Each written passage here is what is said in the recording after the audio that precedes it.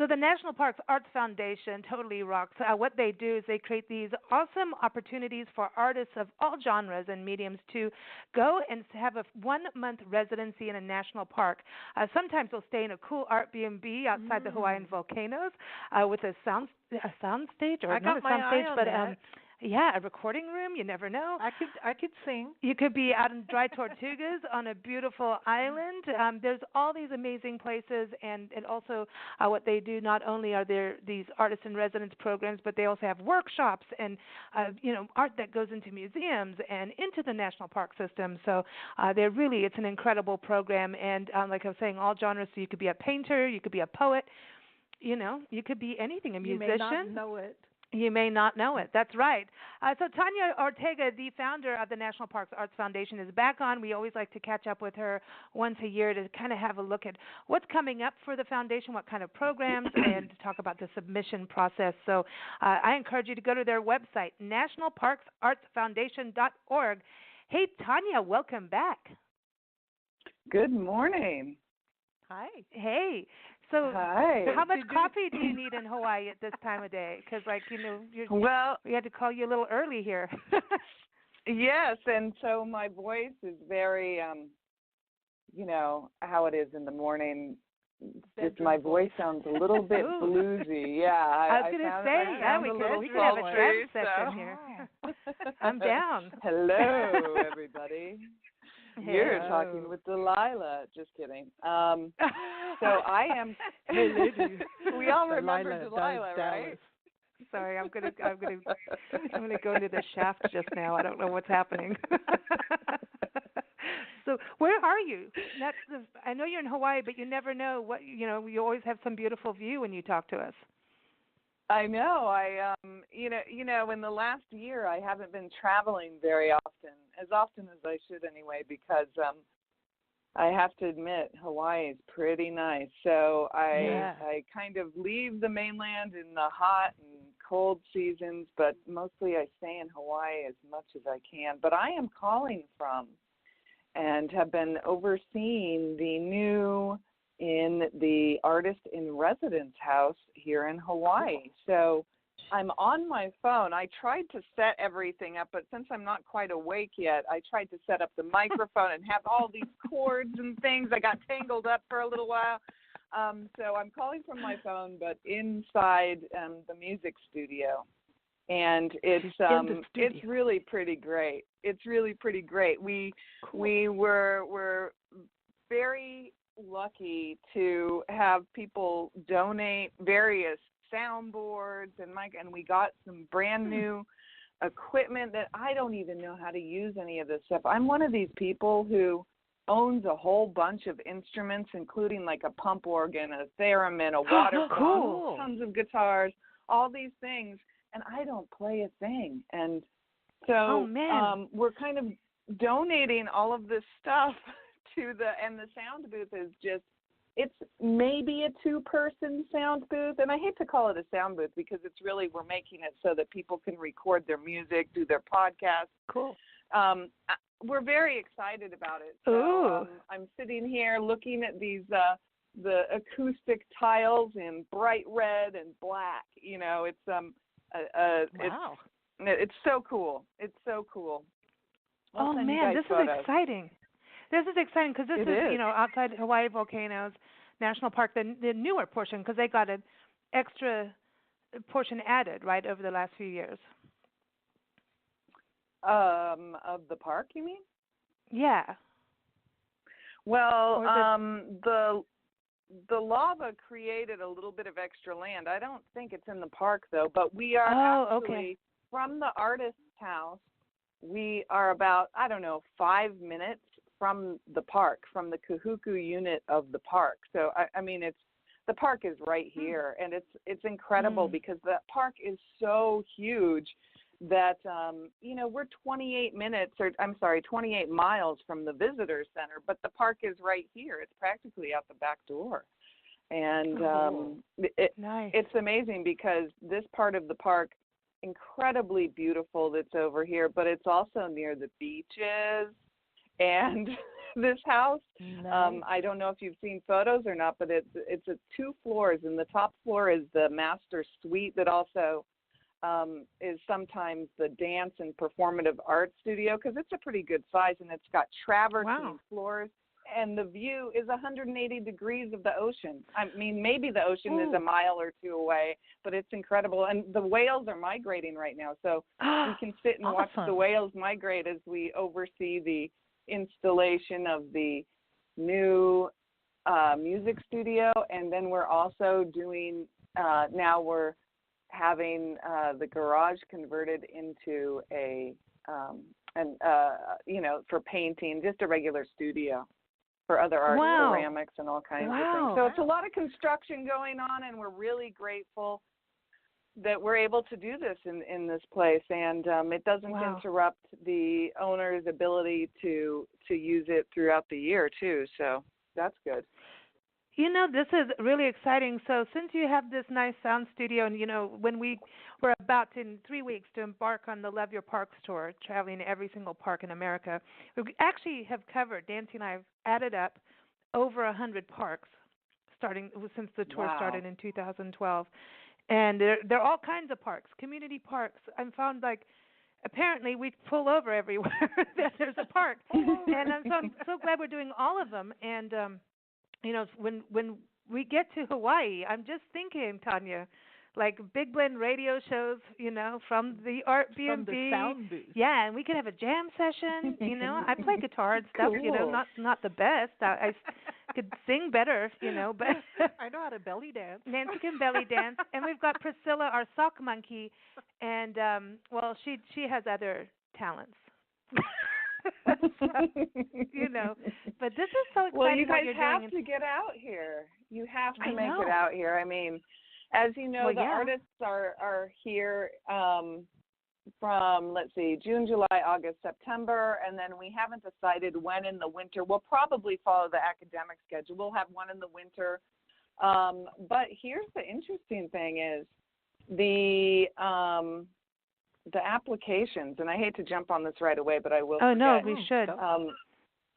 The applications this year compared to last year so far are a 20th of what we got last year, which is strange. And last year was low too, so we're kind of like wondering what has happened. What are we doing wrong that we're not getting the word out? You guys are great, you're you know, but it's so interesting that we have so few applications. So I think yesterday we sent out just for people who are on our list, like, hey, this is what's happening. It might be a good time to apply. Right. So you know, I think the world has changed over a lot when we had the government shutdown. That changes people's course of plans. When we've had significant things happen. You've had, you know, the volcanoes having fun, you know, so there's all these things, and people start, you know, they think, oh, they hear volcano erupt, oh, that's it, it's closed for 10 years, you know what I mean? So we have to keep letting people know that it's open, and parks are open, and we can go out and do things. So, and I think maybe people just had to really change plans around. A lot of people have. I know Nancy and I know that, you know, a lot of our partners, especially across the Southwest, went through a lot of change. And so we've watched that happen. There's travel changes. So there's a lot affecting people right now. But I think it's changing and turning around. And we just got to let everybody know that Hawaii is open and ready. And get your submissions in, because it's an easier opportunity. Because really, let's talk about the submission process. Because when they submit, they have to fill out a proposal and, you know, send a resume and things like that. But when there's less people, because this goes to a panel of like judges, right, for people to get accepted. So before I go into that, I'm sorry, but I do need to mention something. This is really heartfelt, and you can make fun of me, of course. But when I was younger and hitting the streets in New York with my portfolio in the days of slides and walking around and asking galleries, just knocking on doors, I got so many rejections, hundreds of rejections.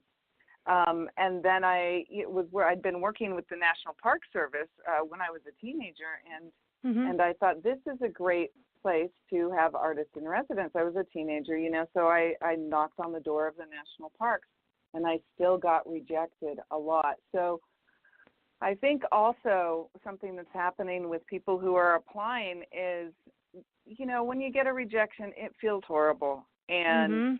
And I feel like when people applicants might not think that we're accepting them, and even though they're great artists and we want to accept them, there's only one slot for all of these things pretty much, and I feel like people get very discouraged, and I was discouraged, and I still am. I still apply for things and get rejected all the time, and that's why the foundation started, to be able to get as many artists as possible. And I think that people, the rejection doesn't feel good, but I don't want people to feel discouraged because, I took it, I made a foundation, and we look at every single one, and we had one person 6 years later, I think I told you that before, that was perfect for something that just happened to come up in a park that wanted, and we remembered somebody from 6 years in the past.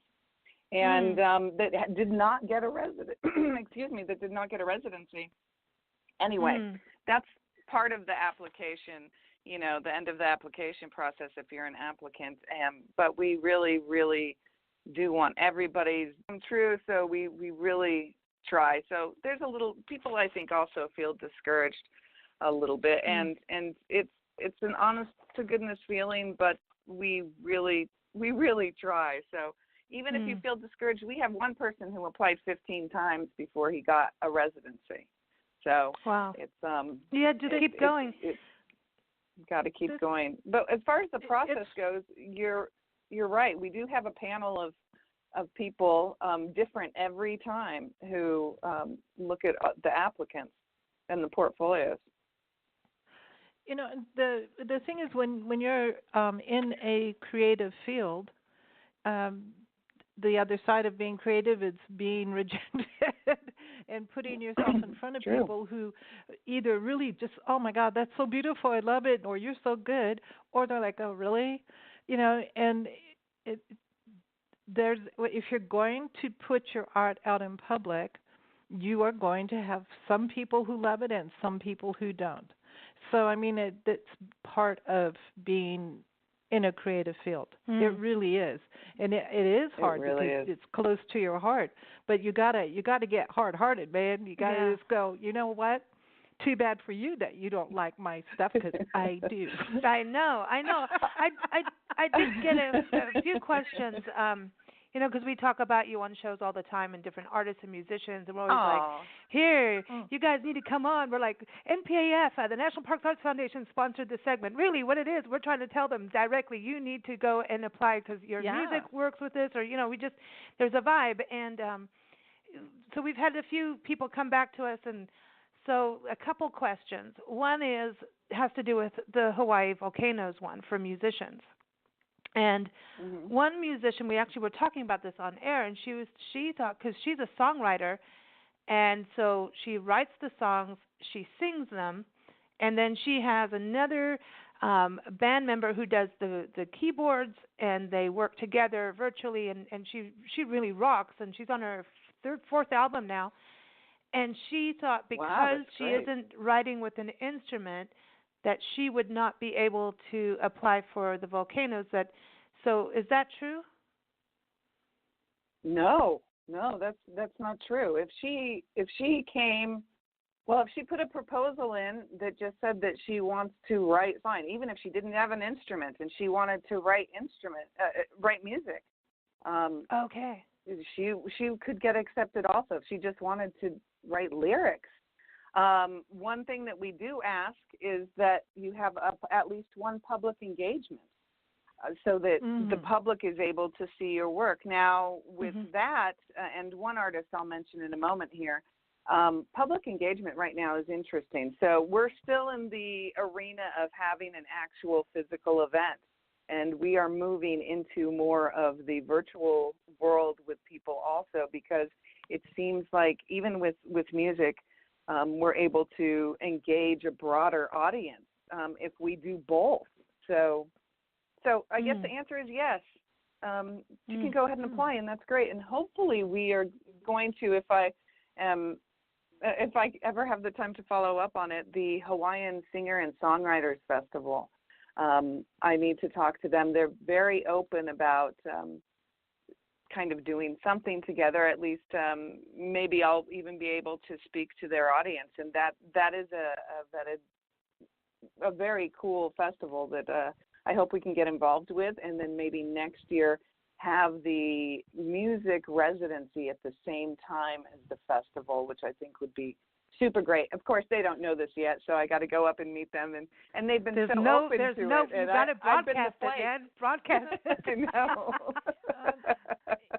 So there's no problem with maybe art associations in a lot of the communities that we go into, and there's lots of art associations sending to their people, their members, something about the opportunity. Like, I mean, 'cause there's a lot of art associations with lots of members across and music their country. associations, yes, writers associations. And I'm just thinking that, that they might feel that they can't, as an association, contact their members, but they really could. Yeah, it's a great opportunity. We'd love it if they did. We instead of we get complaints all the time about, you don't, and they're valid complaints, by the way, but you don't get the word out about your residencies enough. And here's the deal with that, is that we have pretty limited budget, and we actually do this. I know it's crazy, but we actually try to pay artists to have a stipend before we're able to look. Before we're able to do advertising, a huge amount of advertising. So we, when we're allocating funds, since we're all artists, we're like, geez, artists should have a little something, as much as we can. Do we put this $2,000 towards a stipend, or do we put this towards $2,000 towards a quarter-page ad in, So we always go with paying the artists first. So when community art entities are able to get the word out to their members, it takes care of paying artists instead of doing advertising. I mean, it's a big favor to ask art associations, but that's really the way that we get the word out. And you guys, of course, are fantastic about getting the word out. So thank you. Well, thank you. I mean, I think, you guys do, press releases and things like that, so you do a lot of PR, and I think that's one of the beauties for artists is you're going into a community, you're having a completely new experience, and I know that you're really open to, once an artist is there, if they want to change their point of view of what they want to do, which happens often, because if you've never been there, it's like, I thought this, and now I'm going to do that. I mean, that's how every magazine for us is put out. We have this, these are the stories we're going to write. And then we get into it. I'm like, no, we're doing this. And then Nancy goes, Lisa, at some point in your life, you have to make a decision. That so sounds like me. I know. And then we do that to each other. But things change, and that's the beauty of creativity, is if you don't make those changes, then you lose those precious gems. So they change it up a little bit, but it's, to me, there's this, we've talked about this on shows, but I really always want to bring this up, the importance of art that portrays a park, national, state, a region. What happens with that, whether it's a poem, whether it's a performance, a film, a painting, it ends up going somewhere. It is like, it's immortal. Art is pretty much immortal. Once it goes out there, it's out there, and it could go around the world. And some people never get to go to a park. So on an environmental side, I think it's a really cool thing. It's a light-footed way of educating and having people have a sense of place and a feeling of a park. But it is also promoting the park and letting people know about a park they may never have heard of. And maybe, they will turn around and say, hey, I've never been there. I'm going there now. So I think there's a real beauty of that, and then the beauty of the community when you're saying the art associations getting involved or the music associations. Artists want to know what other artists are doing, and they're coming from another community. If it's a small community like outside, like Las Vegas, New Mexico, it's really cool for them to meet someone that's from New York. and have a different perspective. And I don't know, from us traveling on our tour, we did a lot of seminars talking about sustainable and responsible tourism. At the end of the day, what people really wanted was to learn about those things, but what was our viewpoint of their community and parks. And I think that's the other part that happens with this. And the artist gets this benefit of so many things, including their name getting out there, connecting with the community, trying something new, getting publicity out of it. So I think, it's just, that's my big, pro NPAF, everybody. It's good stuff. You get to create in the most beautiful setting, which to me, most artists are like, oh man, nature is how you create. You got to be around natural things so you can clear the clutter from your mind and tap into the most creative spirit. It's hard to do it downtown in a city, although some people are really good at that. But I think being out in nature is really nice for artists. And in history. Yeah. Well, one of the we call it. We need to actually come up with something that sounds a little better, but we call it taking the park out of the park, and we do that through our artists creating work. Say it's a painting, and they have an exhibit somewhere, but there's other avenues too. We had one artist at Gettysburg who, I don't know if I told you about this, is so cool. And he's very reclusive, and he's a virtual reality artist. So this is in Gettysburg last year, and he created virtual reality. So he got the headsets, I forget what they're called, and everything. And so for his event, and everybody was wondering in the park, where's the artist? Why isn't he out exploring the park? And he would just have artist hours, he was kind of doing it in the middle of the night, exploring and stuff like that. But they're like, where is he? He never shows up. They're calling me. Is he even here? This kind of thing. And he was on his computer, and this is what he did. So everybody was kind of like, is this guy really an artist? And when he had his event, he had been online, and he had created a community of people in the area. A lot of them were, under 70 for the most part, even teenagers. And he had created, this is so cool, the Gettysburg address as if you were delivering it in Gettysburg in virtual reality. So all of these people got to put on headsets, and they had it in front of them, and they were delivering it at Gettysburg in virtual reality. But they were actually in the Visitor Center Museum. And that is really bringing the park out of the park, because guess what? That's out in the world now. We need to actually do a little more publicity on that, because it's still out there for people to put their Oculus on and be there, and they're doing it. So there's so many ways. I want an Oculus. I like that, Oculus. That's a new word for me. I have one. It's How so many cool. do you it's I so want cool. an Oculus. Just so I can say I wore an Oculus. Hey, and Oculus, if you're off listening now. out there, we need some donated so our artists can have them. So please. An Oculus under the sea. Sorry. I can't even speak because of where my mind I know, but this is so cool, because this is, I know from the very beginning when we first started talking with you on shows, and I just all these unique artists. Look at Hassan Elahi, right? Look what he was doing. Oh, and still he's does. great. Incredible. That daily picture, this is where I am, and you can track me, because this is what the government does. And he just is really interesting about the information age, and yet turning it into an art form. And we've had so many interesting people. Glenn McClure, and he'll be in the upcoming Parks and Travel magazine. Putting his ear to the ground of what lava sounds like, and really understanding that, and then turning it into music. I've learned so much from the artists that it's amazing. I do want to ask you, Tanya, when people submit in this application process, artists, there is a fee to apply. And so I've been asked, why do artists have to pay? Shouldn't everything be free for the artists? So I got to ask. Well, I'm glad you're asking, because I wish everything was free myself. for everything I wanted to do. Now, the behind the scenes, the where that money goes, I think people really want to know where that money goes. And it goes to a few different, it goes to administration. Just I'll put it out there like that. Most of us are volunteers, and pretty much the board actually loans their entire salaries back to the residencies, to the whole MPAF. But sometimes it goes to pay panelists.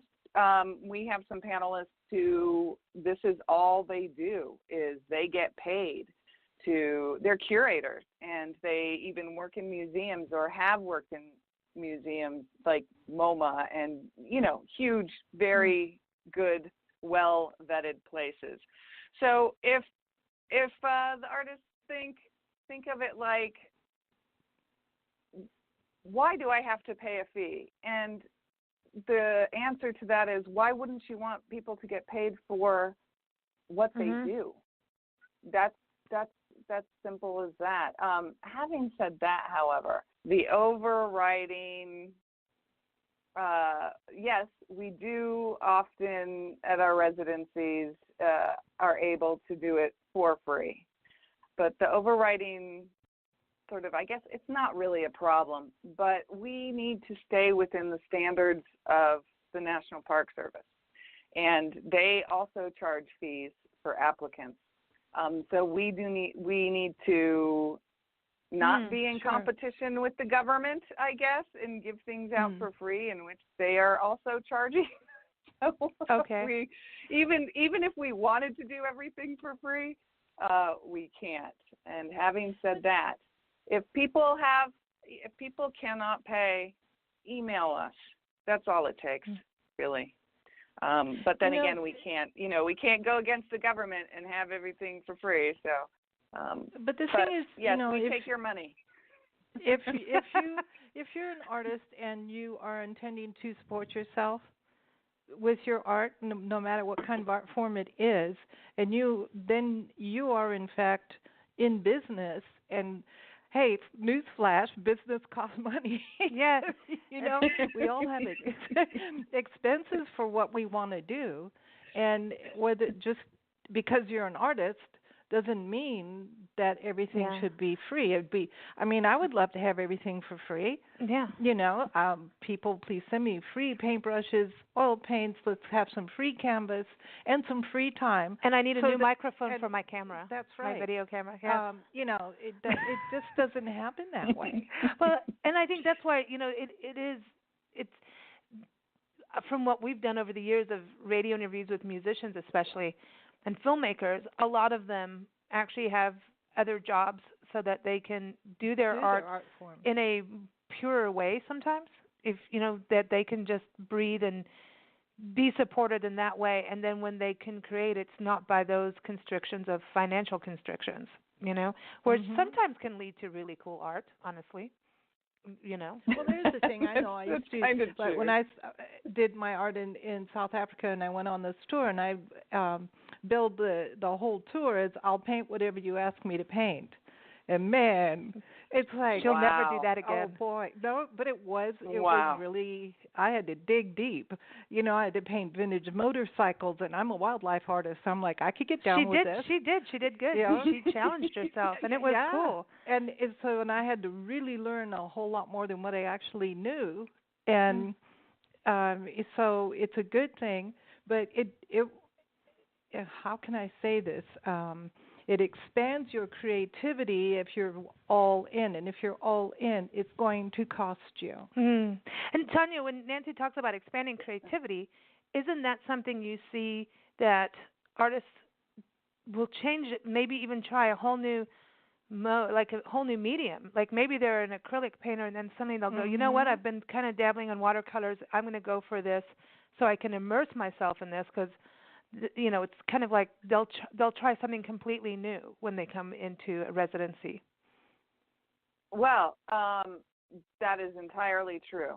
And it's kind of a beautiful burden for artists, because usually when an artist shows up at one of these residencies, they get so inspired. They start like 5 projects, like the one that they proposed, and then like 4 more that they're being, and because you're inspired. So yes, that does happen.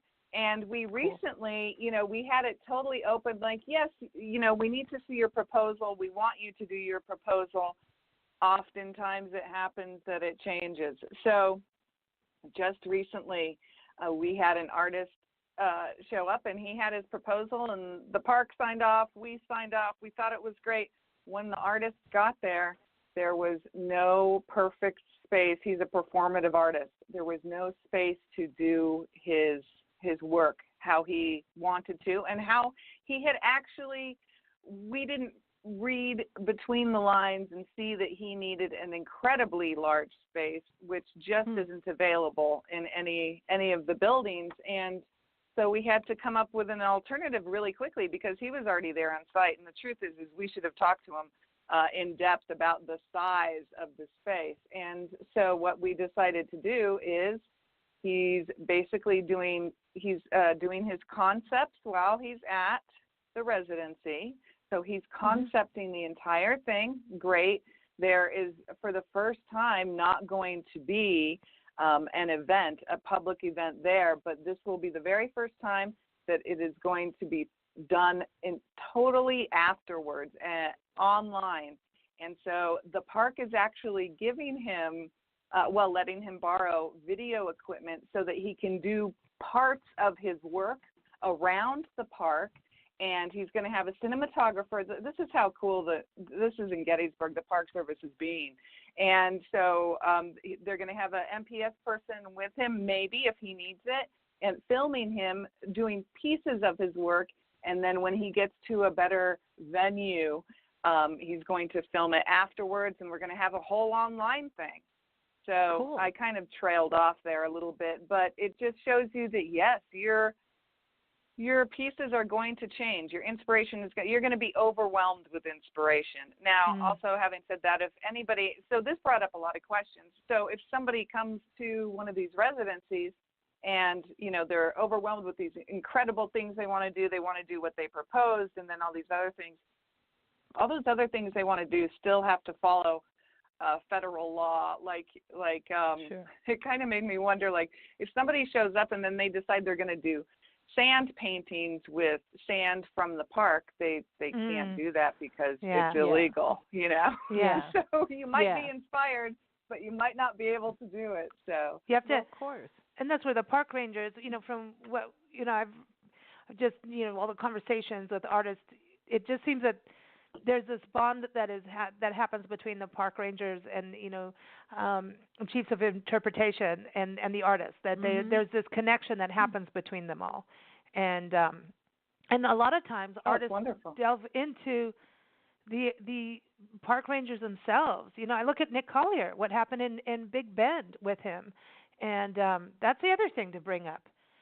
It's just cool for the park rangers too. They get to have a cool experience as well. And I know that when we go to parks and a park ranger gets to take us out and show us places, they get excited, because a lot of times they're not able to go exploring as much as they want to. So they're like, cool, let's go for a hike. So there's some cool things for park rangers, but like Nick Collier and Chip, we've had Chip Beck on, and Sean McGraw. All these artists are veterans and military veterans, and that's one of the programs that I really always want to touch on with you, is that you have a unique program for veterans. And we're opening that up even more. We do need help, however, because we are not getting very many applicants, very, very, very few applicants. So we're opening this up even more. We've had it now. We started in Big Bend, and we haven't, another thing that we haven't done, which we need to do, is to be able to write grants, to be able to pay the veteran artists, really any artist, but even more. But a lot of, this is going to sound horrible, but a lot of these things. Veterans groups do a lot of grant writing, and a lot of it ends up going to administration of nonprofits. So we have Yep. not done that at all. So we are paying directly out of whatever money our foundation makes to be able to have veterans, and we're really advertising as much as we can, very hard, but still we're getting hardly any artist military veterans applying to these programs. We obviously are getting the ones that are really we are finding some that are very good. We had during the shutdown, this is so sad, a poet, his last name's Heacock, and he couldn't go to Gettysburg because the government shut down, and he's so good, and he's applied, and let's see, I think he's a poet, and I think he might do some visual work too, but he couldn't go, and he really has been behind our programs and applying, and we had to let him down because the government was closed, so there was nothing we can do, and so we're trying to figure out when we can fit him in, if we can have it open an extra month or just do anything. So yes, the Veterans Program is growing. It's growing slowly, and we're doing what we can, but we need a veteran to help us connect with that community because none of us here really know how to, and that hurts our egos, but we're trying. So it is actually something we cover a little bit with Mike Guardia. Mm-hmm. Oh yeah, he's a veteran military historian, and he's on our tour sent us on an assignment. We have to follow in the footsteps of generals and the generals he's written about, and he's written about some pretty famous and amazing generals. And we talk about this on the show, and one of the reasons we really enjoy it too is that I don't know the difference between the different ranks, or I just need to learn, and he's teaching us quite a bit. And there is, having lived in military communities like 29 Palms outside Joshua Tree, there is, as much as a community will work together between the military base and the community, there is still like a separate lifestyle, and that's the hard thing, is that the military, especially when they're moving around so much, end up in kind of like their own family group, you know what I mean? And so there's kind of this, it's like a bit of a there's a disconnect between civilians and the military that we've personally experienced it in different communities that we've lived in, and yet there's a lot of ways that there isn't a disconnect, but there still is. And so it's something that we're actively talking about on shows with Mike. So I think we'll have to put you on a show with him. I noticed that you guys are doing great with that, but you really are. And on our end, we would love to have somebody who's a military veteran community, because it is something that I know nothing about and nobody here does. And there's some great artists and musicians. Yeah. Absolutely. That we just can't connect to it. Oh, there's some amazing veterans music organizations, and it's good for us to know as we travel around as well, because it's something we're trying to really connect with on more of a level. And I do want to tell everybody too, Nancy and I, as part of our tour, we have our little tour T-shirts, Love Your Parks tour T-shirts, and a percentage of the proceeds goes directly from profits, I should say, go to the National Parks Arts Foundation. Just about everything we have, whether it's art or gifts. If you go to loveyourparkstour.com, you'll see the T-shirts, you'll see gift cards, that kind of thing. That's something we're going to develop as we travel. 50% of pretty much a lot of the products go to the National Parks Arts Foundation. We do have a project that is split between the National Parks Arts Foundation and Christy Wood, who's a world champion horse trainer, and she's partnered with the Independence Fund, and what they do is they raise funds for an all-terrain wheelchair for a returning veteran. And this means that a veteran can go in. Isn't it amazing? They can go into a park, a national park, and be able to go on a hike, basically, but in this all-terrain wheelchair. And you were talking about the admin and all that kind of thing. She has to raise $15,000 per chair. She just finished her first campaign. The Independence Fund gets the chair, and then they deck it out more. So this is like 100% of this money going into this chair. So one of the T-shirts is between NPAF and Christie, each getting 25%, so that it's helping artists who are veterans, and also helping in regards to raising funds for this second all-terrain wheelchair. So this is something we've launched, and it's step by step. It's a baby. It's a very we've never thought, hey, let's get into the business of T-shirts, but why not? If we can do that, it helps everything, and helps us pay gas money too. We need that help. I have to tell you guys, I haven't told you, but with the funds that are going from the T-shirts, thank you so much for that. That is going to so that veterans don't have to pay application fees for our programs. So I wanted to throw that out there. I think our goal is to make sure that all of our veterans programs, all of the money from those T-shirts ensures that. And so I think maybe we only have one veterans program left that might have an application fee. I don't think so, but our goal is, zero application fees. So when we're able to have somebody like you give to so that people don't have to pay that, we do. And we have endowments for others sometimes that people say, here's, X amount of dollars, or bill us later for all your applications so that people don't have to pay. So that's exactly where your money is going. So everybody buy those T-shirts. So that, come on, people, we need help. Artists in parks. Yeah, come on. We need help with those T-shirts. And it's they're really very, cool. very stylish. Yeah, we got our T-shirts, and I like them. They're nice quality. Oh, they're and so soft. yeah. I love it. They are. Yeah, they're great. They're really cool. And I want to thank everyone who has purchased the T-shirts, and very excited to get the T-shirt ball rolling forward. Tanya, I do want to touch on some of the parks. What we should look at, what is coming up. And again, everyone, if you go to nationalparksartsfoundation.org, I know you have a special program just for poets too, right? In the parks. Yes. I'm going to, you can probably hear I've walked out of the sound booth and I'm getting on my computer so I can give you actual dates for these, because she's really getting more coffee. That's the real truth. Yeah. She's in Hawaii. Yeah.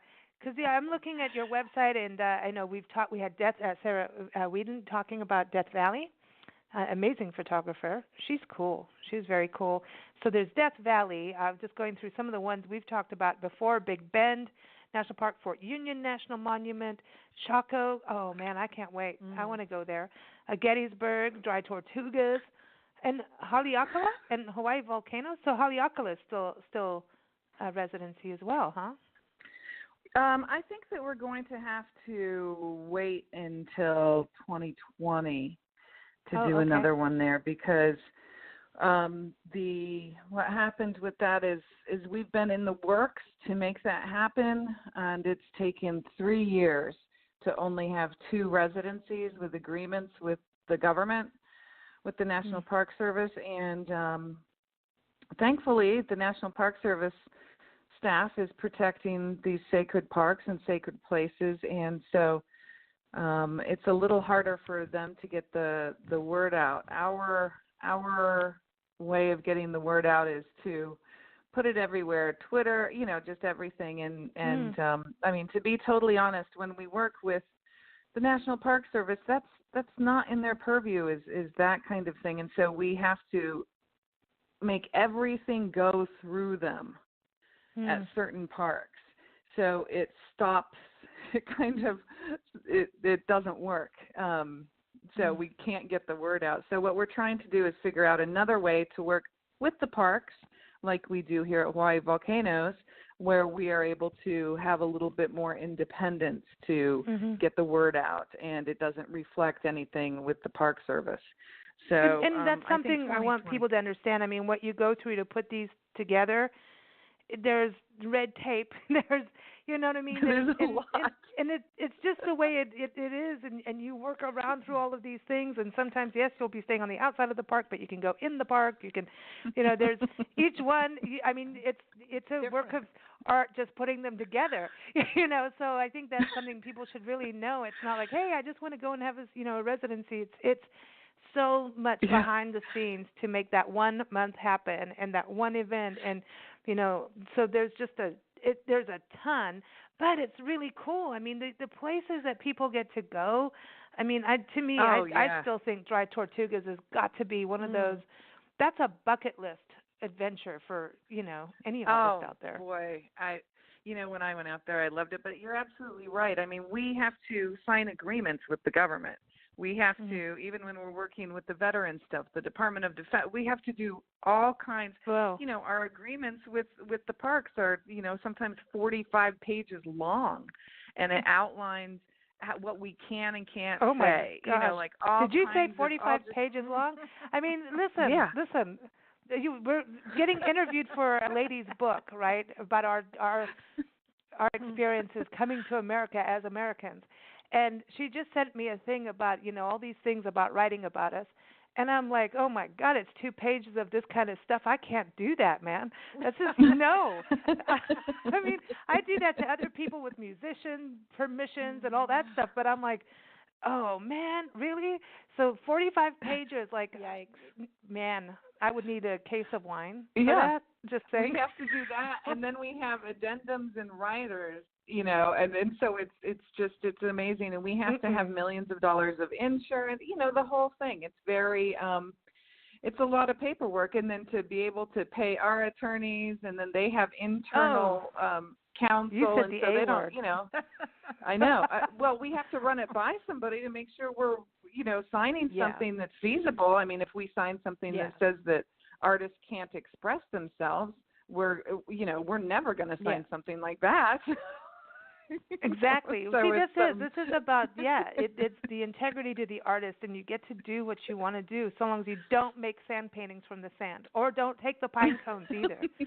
Don't steal the lava, then also man.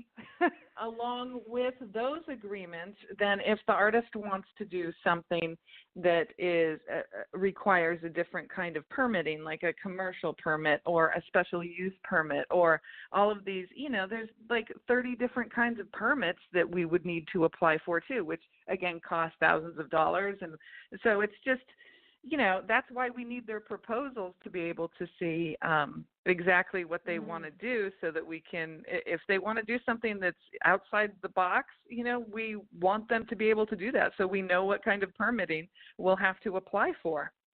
You So said yeah, the P word that's, now. that's the boring part. That's the boring part of what we do, but we make it happen. So that's good. Yeah. And then copyright, like when they do an event in the park, who owns the copyright to that? We've had some very well-known artists who are under contract with their agency who cannot give copyright to somebody else. So we can have an event, a concert or whatever, but the parks, the parks try to own that. And even when you volunteer with the national parks, it says anything you create will belong to the United States government.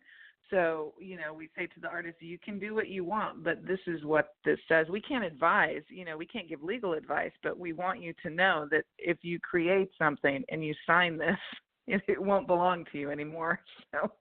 So we, have to get a different permit, and then I could go on and on about it, but yes, it's very involved. Thanks for bringing that up. There's parts of everybody's career that nobody sees, and that's part of how we make these things happen, because we're the only entity that I think is willing to go through all the red tape. I'm not sure. Wow, and you don't even drink wine like we do. I mean, seriously. But you have ocean views, so you're a lot calmer, than we are. But it's really fascinating. I mean, you really do a lot, and when you look at these extraordinary opportunities, I get super excited. When you look at Dry Tortugas and places like that. So what are some of the ones that people should know? And I want to say, everyone, one of the best ways, because sometimes a unique opportunity comes in. You got 2 weeks to apply, and then it's like, that's it. And it's just the way the grants work. It's the way the parks work. So sign up for the newsletter, nationalparksartsfoundation.org. Sign up for the newsletter. Follow them on Facebook, Twitter, Instagram, especially Facebook and Twitter, to keep up to what's going on. So, so what's coming up on the horizon? Okay, so the July opportunity here at Hawaii Volcanoes National Park, we put it out a couple more days. We didn't publish that we put it out a couple more days, but again, we hardly had anybody apply compared to the other years. So that expires on the 3rd, day after tomorrow. A little secret, if you apply, totally put your application in and then email us to open it up, you can add things to it for a couple of days. So we usually, people have technical difficulties, so that's just a little secret. We up it a day or two with every one of them, I think, pretty much. So that's day after tomorrow. That ends day after tomorrow. Technically ends today. But again, we needed to put it out there. Let's see what else. Oh, Death Valley. Death Valley Cool. for next year, Well, January. That expires on the 10th. Okay. Let's see. This is a big one. The Poets in the Parks with the Poetry Foundation in Gettysburg. Okay, so the residency, as you know, is in Gettysburg. And we have a national tour, 3 different places, maybe more if we can afford it. Your poetry, you'll have a tour, you'll be flown to, and it's covered. Costs are covered. To Chicago, have an event at the Poetry Foundation. You will have an event in D.C. Hopefully, we'll do the Library of Congress. We'll have that available to us. Hopefully, all in October, November, likely. And you'll also have an event at Gettysburg. So you'll be flying around, and it would be amazing to me if I were a poet to be able to have a reading at the Poetry Foundation. I think it's such an amazing place and entity, and they are just such supporters of this. And then at the Library of Congress, how cool would that be? So that expires tomorrow. So come on, people. Yeah, I love this. People need to apply to that, and it's our we really need people to apply. So apply. It's interesting. I thought that one would really get a lot of applicants, but it really hasn't. So let's see, what else do we have? Let's see, July. Oh, okay. The 1st of April, another Hawaii one is expiring, and Fort Union, let's see, that's already expired, and we are going to be, Fort Union for 2020 expires on the 10th. So we're now into 2020, and we're going to be posting all of Gettysburg pretty soon, and that's going to be fast. For the first time, we're going to be posting all of the months. It's, I think, almost a complete year at Gettysburg, and that's going to be posted soon. And that opportunity will only be up for a few months for an entire year of residencies. And as you know, people get $1,000 stipend there. Our other ones have $1,000 to I think $4,000 stipend that are going to be up for the next few years. So, and then believe it or not, it looks like we've got Glen Canyon Recreational Area that's going to be coming up real soon and really fast. It looks like we're going to have 4 residencies there throughout the year at different locations. Sarah, who you had the interview with, is likely going to go as an artist and test all of the locations to make sure they're good enough, because our standards are kind of high. We want artists to be able to be in a place that they can, function really well and have a comfortable night's sleep and be able to do anything they want, So she's going to go test it. We send scouts out. Awesome. I love that. And she's the perfect one for that. This is awesome. You've got so many opportunities. Everyone, again, nationalparksartsfoundation.org. We've got to run, Tanya, on our timing here. I want to let everyone, our sound is working. Yay. Thank you, Blog Talk Radio. So, Tanya, thank you for joining us. I know you want to give a special shout-out, right? I do. I want to give a special shout-out to my mother-in-law, who is an incredible artist, Harriet, also known as Raina Prizing. She's up in Oregon, and I hope she's listening. I love her very much, and her art is forever inspiring. Awesome. Cool. Awesome. Well, thank you so much for calling in early today. And, that's the world of flexibility, dealing with the government and art. That's it. You have to be flexible in life. But always such a, just so much work that you guys do, and we just tip our hats off to you. And everyone, again, nationalparksartsfoundation.org. That's the place to go. And keep up with our next Parks and Travel magazine. You'll see Glenn McClure in there. Also, you'll see Sarah Whedon, her interview as well. So every Parks and Travel magazine that comes out quarterly, we feature different artists and poets and musicians, the artists in residence for the National Parks Arts Foundation. And, of course, go to loveyourparkstour.com for everything as well. So we're going to close with our tour song. Since next time we talk to you, Tanya, we're going to probably be in Yuma, Arizona, I think, at that point. Oh, I'm so excited for you we'll guys. We'll be on the road. Yay. Yay. So here it is. This is our official tour song that since 2012, it's called My Favorite Bridge, and it's all about go big or go home. So here it is from John Roniger and the Good for Nothing Band over in New Orleans. Here it is, My Favorite Bridge. Take care, Tanya. Thank you. Take care. Thanks, you guys. Bye, everybody. Bye-bye. Bye-bye. Bye.